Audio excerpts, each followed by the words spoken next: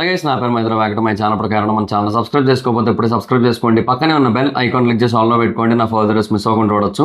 చాలా మంది చూస్తున్నారు కానీ సబ్స్క్రైబ్ చేసుకోవట్లేదు. So please try to subscribe and click the bell icon also. So ఈ వీడియోని అందరూ కూడా లైక్ చేసే వీడియోని చూడండి. సో దట్ ఈ వీడియోని కొంచెం ఎక్కువ మందికి రీచ్ అయ్యే అవకాశం ఉంటుంది.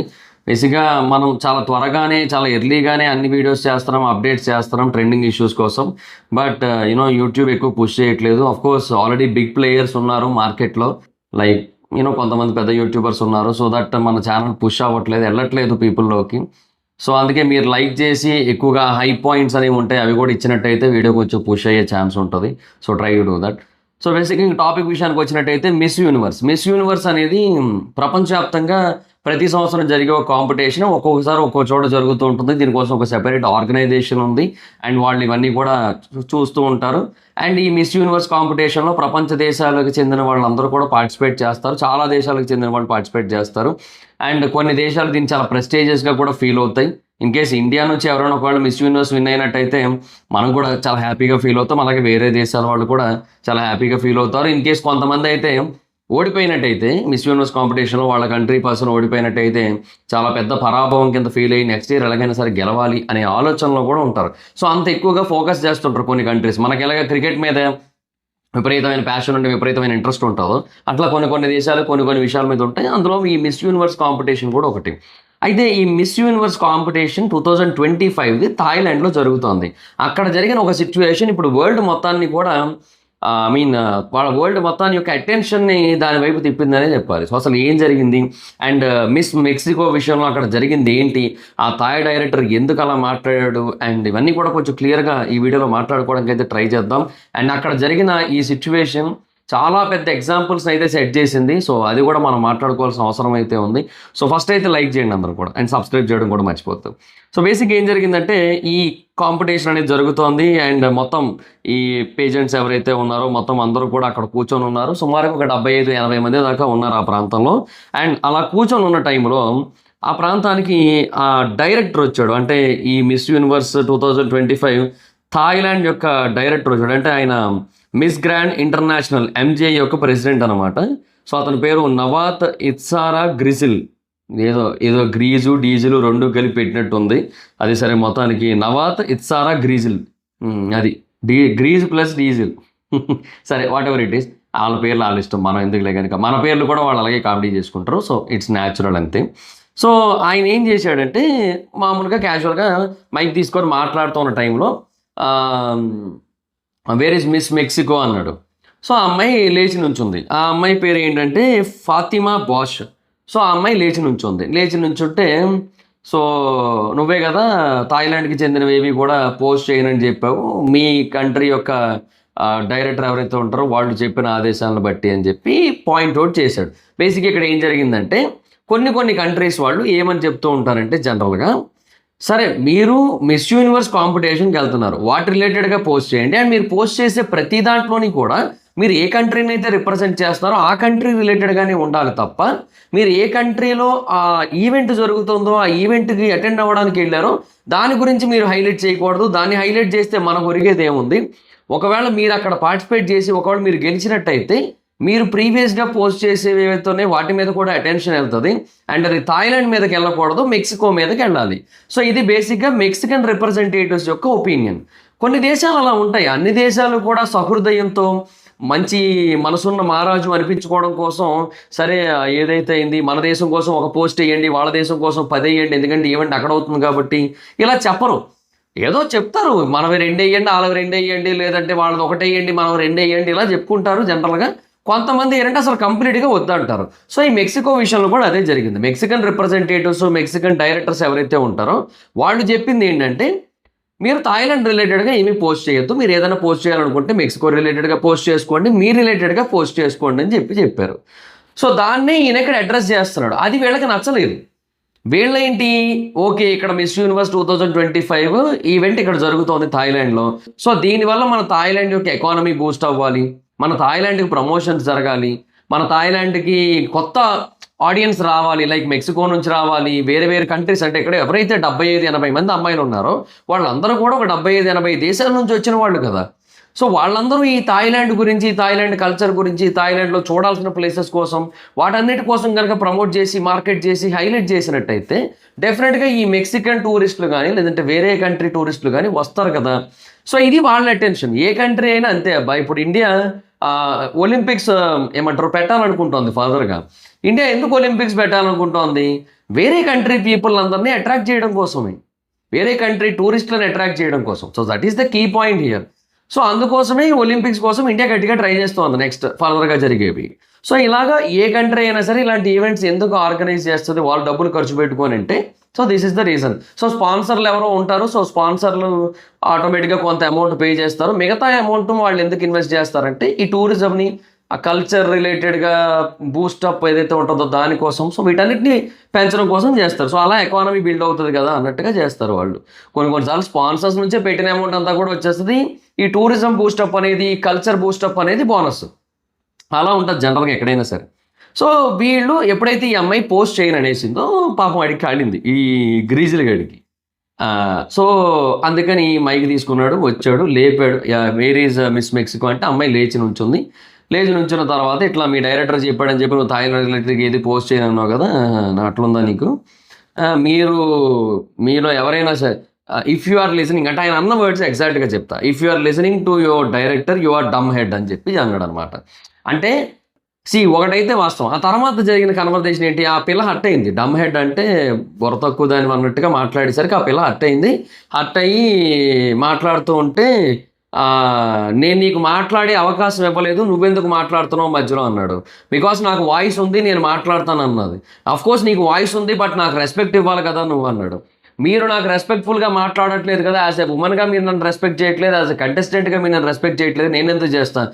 What? No but first you have to give respect to, I mean నేను మాట్లాడుతున్నాను కదా, నువ్వెందుకు మధ్యలో మాట్లాడుతున్నావు, నువ్వెందుకు నించున్నావు, వై ఆర్ యూ స్టాండింగ్ అంటున్నాడు. సో అతను తర్వాత ఇదంతా చెప్పిన తర్వాత నేను నిన్న అనట్లేదు, స్టార్టింగ్లో యాక్చువల్గా ఏం చెప్పింది ఏంటంటే నేను నిన్న అనలేదు అన్నాడు ఆయన. కానీ ఒక పర్సన్ని నువ్వు పాయింట్అవుట్ చేసి వేర్ ఈజ్ మిస్ మెక్సికో అని చెప్పి ఆ పర్సన్ లేచి నుంచున్న తర్వాత ఒక పాయింట్ తీసుకొని ఆ పిల్ల వాళ్ళ డైరెక్టర్ మాట విని థాయిలాండ్ రిలేటెడ్గా ఏది పోస్ట్ చేయట్లేదని చెప్పి క్లారిటీ ఇచ్చి, నువ్వు మీలో ఎవరైనా సరే అంటే ఇక్కడ అందరినీ ఉద్దేశించే మాట్లాడాడు ఆయన. స్టేట్మెంట్ అందరినీ ఉద్దేశించి అన్నాడు. అంటే ఇప్పుడు క్లాసులో ఒక 50 మంది పిల్లలు ఉన్నారు, ఒకడికి మ్యాథ్స్లో 30 మార్కులు వచ్చి వాడు ఫెయిల్ అయ్యాడు, మిగతా అందరూ కూడా పాస్ అయిపోయారు అనుకుందాం ఫర్ ఎగ్జాంపుల్. అప్పుడు ఆ మాస్టరు క్లాస్ మొత్తాన్ని ఉద్దేశించి మీరు మ్యాథ్స్లో కనుక ఫెయిల్ అయితే మీరు జీవితంలో దేనికి పనికిరారు, సంక నాకిపోతారు, అడుక్కు తింటారు, ముష్టి ఎత్తుకుంటారు అన్నాడు అనుకో. అది ఎవరిని ఉద్దేశించి అన్నట్టు? ఆ 30 మార్కులు వచ్చిన వాడిని అన్నట్టు, అంతేనా? వాడినే లేపాడు, లేపి నుంచోబెట్టి ఎరా 30 ఎందుకు వచ్చారా, ఏటో చదవాలరా, మ్యాథ్స్ చదవాలరా, చాలా ఇంపార్టెంట్ రా అని చెప్పి కూర్చోబెట్టి అప్పుడు ఈ మాట అంటే వాడిని ఉద్దేశించి అన్నట్టే. కూర్చోబెట్టడం కూడా లేదు, అలా నుంచోనే ఉన్నాడు సరే ఆ టైంలో అంటే ఆడిని ఉద్దేశించి అన్నట్టే. సో ఈయన జనరలైజ్డ్గా స్టేట్మెంట్ చెప్పు ఉండొచ్చు, బట్ అది డైరెక్ట్గా ఆవిడకి అటాక్ అయినట్టే అది. సో అట్లాంటి ఒక స్టేట్మెంట్ ఇచ్చేసరికి ఆవిడ హర్ట్ అయింది, అన్నీ చెప్పాడు. ఇక రెస్పెక్ట్ ఇవ్వాలి అది ఇది అన్నట్టుగా మాట్లాడాడు. మీరు నాకు ఇవ్వండి ఫస్ట్ అంటే ఇంకా ఆవిడ నేను రెస్పెక్ట్ ఇయ్యను అనేసింది. ఆయన రెస్పెక్ట్ ఇవ్వండి, మీరు నాకు రెస్పెక్ట్ ఇవ్వండి ఫస్ట్, నేను ఆ తర్వాత ఇస్తాను అన్నట్టుగా మాట్లాడితే ఇంకా తర్వాత ఆ పిల్లకి చిరెత్తుకు వచ్చింది. ఇంకా అక్కడ నుంచి వెళ్ళిపోయింది, బయటికి వెళ్ళిపోతుంది. సో బయటికి వెళ్ళిపోతుంటే ఇట్లా డిస్రెస్పెక్ట్ చేసి మాట్లాడితే ఇంక నేనెందుకు అంటే ఆ పిల్ల ఏంటంటే కొంచెం హార్ష్గా చెప్పేసి వెళ్ళిపోయింది. ఇంక నేనెందుకు ఇట్లా డిస్రెస్పెక్ట్ చేసే చోట నేనెందుకు ఉంటాను, నేను వెళ్ళిపోతానని చెప్పి. అయితే ఆ పిల్లకి మద్దతుగా ఇంకొంతమంది వెళ్ళిపోయారు. బేసిక్గా అక్కడ వచ్చిన 75-80 మందిలో చాలామంది ఆ పిల్లకి మద్దతుగా 30-40 మంది బయటికి వెళ్ళిపోతున్నారు. వెళ్ళిపోతుంటే కూడా మళ్ళీ ఇంకొక వీడియోలో ఆయన ఏమంటున్నాడు, ఆగండి కూర్చోండి, మీలో ఎవరైనా సరే కాంటెస్ట్లో కంటిన్యూ చేయాలనుకుంటే కూర్చోండి అన్నాడు. ఏడు బెదిరిస్తున్నాడు, ఏదో ఆడి కాంటెస్ట్ అన్నట్టు. మిస్ యూనివర్స్ కాంపిటీషన్లో లేదు, మిస్ థాయిలాండ్ కాంపిటీషన్ అన్నట్టు మాట్లాడుతున్నాడు. వాడి కంట్రీ కాంపిటీషన్ వాడు ఏదైనా చేసుకొని, వాడి రాజకీయాలు, వాడి బలుపు, వాడి గీరా ఏదైనా చూపించుకోమని, ఇది వరల్డ్కి సంబంధించింది కదా అట్లా. సో అది చెప్తున్నాడు.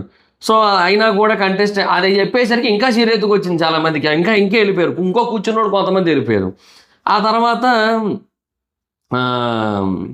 ఇంకా చాలామంది కంటెస్టెంట్లు బయటికి వెళ్ళిపోయేసరికి ఇంక వీడికి ఏడు చేస్తారు అక్కడ కూర్చొని. ఆడిటోరియం అంతా ఖాళీగా ఉంటే వీడు కూడా వెళ్ళిపోయాడు. వెళ్ళిపోయిన తర్వాత కొద్దిసేపటికి మళ్ళీ ఏం చేశాడు, వాళ్ళందరి దగ్గరకు వచ్చాడు. వాళ్ళందరినీ కూడా అందరూ లోపలికి రండి, మనం కాంపిటీషన్ కంటిన్యూ చేద్దాం, every one can come except Mexico, ఎందుకంటే ఆవిడ చాలా ఎక్కువ మాట్లాడుతుంది అని చెప్పాడు. మళ్ళీ ఇదొకటి జరిగింది. వాడు అన్నీ చేశాడు. అన్నీ చేసిన తర్వాత బట్ స్టిల్ చాలామంది బయట నుంచి లోపలికి రాలేదు. ఎందుకంటే తర్వాత ఈ ఫాతిమా బోష్ టిక్టాక్తో మాట్లాడుతుంది. అంటే టిక్టాక్ కూడా బేసిక్గా మనకంటే ఓ తుంబ్రి యాప్, కానీ బేసిక్గా it is also like A media, like ANI, ఇప్పుడు మన పీటీఐ, అట్లాగా టిక్టాక్ కూడా ఒక మీడియా అయిపోయింది కవరేజ్ కోసం అన్నట్టు.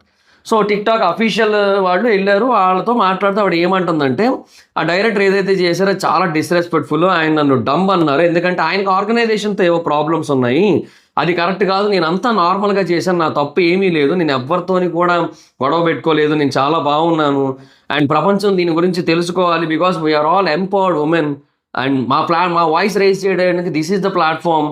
సో మా వాయిస్ని ఇక్కడ ఎవరు కూడా ఆపలేరు, ఎందుకంటే ఆయన ఆపమంటున్నాడు, మాట్లాడకు, షటప్ అంటున్నాడు, ఇవన్నీ చేస్తున్నాడు, సో ఇది కరెక్ట్ కాదని చెప్పి ఆ అమ్మాయి మాట్లాడేసి చాలా పద్ధతిగా డీసెంట్గా చెప్పి వెళ్ళిపోయింది. నేనైతే నా కోసం నేను నిలబడతా, నా కోసం నేనే వాయిస్ రైజ్ చేస్తా అని చెప్పి వెళ్ళిపోయింది అక్కడ నుంచి.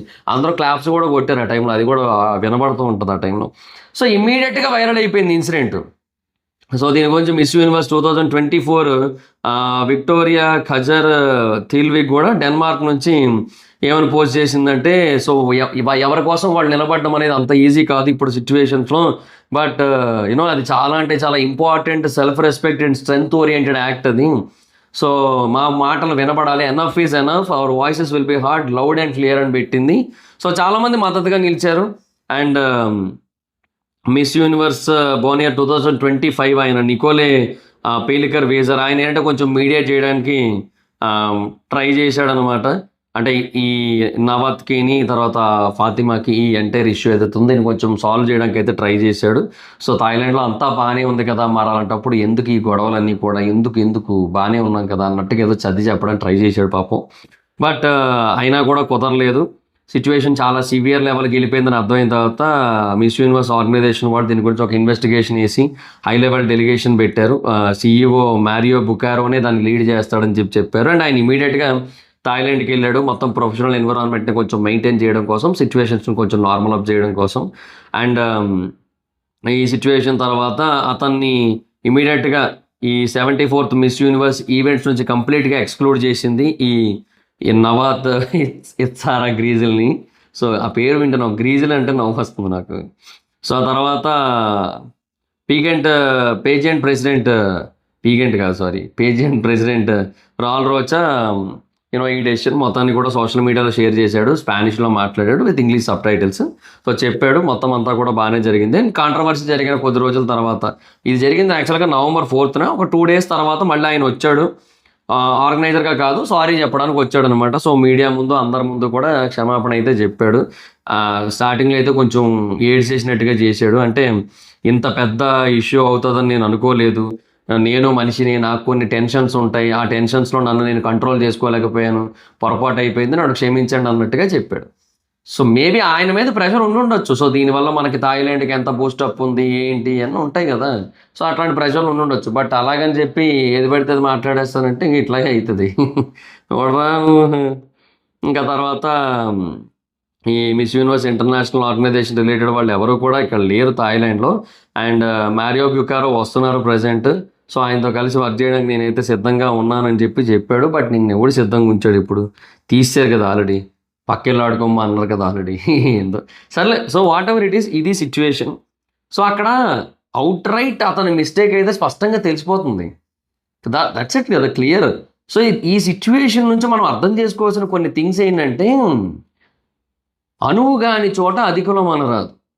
ఇప్పుడు బేసిక్గా నువ్వు మిస్ థాయిలాండ్ జరుగుతున్నప్పుడు ఇది జరిగినా కూడా ఒక అర్థం ఉంది. పోనీ అరే నువ్వు థాయిలాండ్ ఈవెంట్లో ఉండి, థాయిలాండ్ అమ్మాయి అయి ఉండి థాయిలాండ్ ప్రమోట్ చేయనంటే ఏంటి అర్థం అని చెప్పి ఒకటి అడిగినా ఒక అర్థం ఉంది. నువ్వు ఎవరో మెక్సికన్ సిటిజన్ని, నీకు సంబంధించిన ఈవెంట్ కాదు అది, మిస్ యూనివర్స్ ఈవెంట్ అది, అదేదో థాయిలాండ్లో ఈ సంవత్సరం జరుగుతుందని చెప్పి దానికో హడావిడి చేసేసి ఏందో ఇష్టం వచ్చినట్టు మాట్లాడేసి డమ్ హెడ్ అంటే, ఇప్పుడు నేను ఏమంటానంటే నీ పర్సనల్ అసిస్టెంట్ని నువ్వు తిట్టచ్చేమో, ఎందుకంటే డమ్ హెడ్ అని, ఎందుకంటే నీ దగ్గర చేయడానికి పనిచేస్తుంది కాబట్టి. ఆవిడ నీ దగ్గర పని చేయట్లేదు కదా, you can't call her as dumb head. నువ్వు చెప్పచ్చు, మేబీ వాళ్ళ చెప్పుంటారు, కానీ ఇది రీజను, సో ప్రమోట్ చేస్తే బాగుంటుంది, అసలు థాయిలాండ్లో ఇలాంటి ఒక ఈవెంట్ పెట్టడానికి కూడా ఇదే రీజన్, ఇలా మాట్లాడితే అయిపోద్ది. నేను నీకు మాట్లాడడానికి పర్మిషన్ ఇవ్వలేదట్టు, ఒరే నువ్వెవడోరా పర్మిషన్ ఇవ్వడానికి అక్కడ, నువ్వు ఒక పాయింట్ రైజ్ చేసినప్పుడు ఇమీడియట్గా మాట్లాడతారు కదా ఏందో. సో చాలా ఇష్టం వచ్చినట్టు మాట్లాడాడు, నాకైతే నిజంగా చాలా వరస్ట్గా అనిపించింది. అండ్ ఇప్పటికీ కూడా చాలామంది అతని ఏడుపుల్ని నమ్మట్లేదు, ఏదో కావాలని ఏడ్చాడు మొత్తం నెగిటివ్ అయిపోయాడు అని చెప్పి అర్థమైంది. సో దీన్ని ఇంకెట్లా తప్పించుకోవాలో తెలియక ఏడ్చేసి కొంచెం కవరప్ చేసుకోవడానికి ట్రై చేస్తున్నాడనే పాయింటే వినబడింది యాక్చువల్లీ. అదే పాయింట్ అక్కడైతే అదే ఉంది. సో అది గైస్, సో మన తప్పు లేకుండా మనల్ని ఎవరైనా ఏమైనా అంటే, అండ్ మన సైడ్ రైట్ ఉండి మన సైడ్ ఒక వర్త్ వాల్యూ ఉన్న పాయింట్ ఉన్నట్టయితే మనం మన కోసం స్టాండ్ తీసుకోవాలి, అది ఎలాంటి సిచ్యువేషన్ అయినా సరే.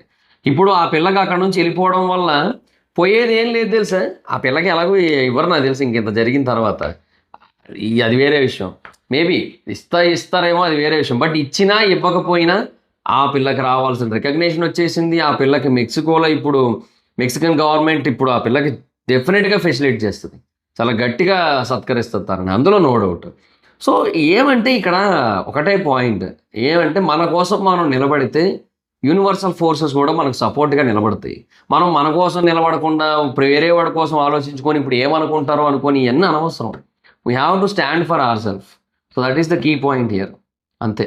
సో అది జరిగింది ఇక్కడ, అండ్ అలా జరగడం వల్ల ఆ పిల్లకి వరల్డ్ వైడ్ రికగ్నిషన్ వచ్చింది, and that is phenomenal and fantastic actually. So very very good నన్ను అడిగితే మాత్రం. So that's it guys.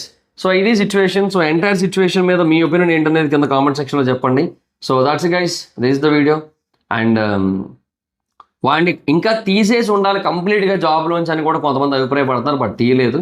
So అది రైటా రాంగ్, అంటే అతన్ని తీసేయాలా లేదా, మీ ఒపీనియన్ ఏంటో చెప్పండి కింద కామెంట్ సెక్షన్లో. సో దాట్స్ గైస్, ఈ వీడియో మీకు నచ్చితే లైక్ చేసి వీడియోని షేర్ చేయనప్పుడు కారణం మన ఛానల్ సబ్స్క్రైబ్ చేసుకోకపోతే ఇప్పుడే సబ్స్క్రైబ్ చేసుకోండి, పక్కన ఉన్న బెల్ ఐకాన్ క్లిక్ చేసి ఆన్లో పెట్టుకోండి.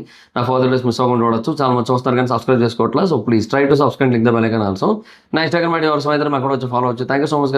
Next video, by.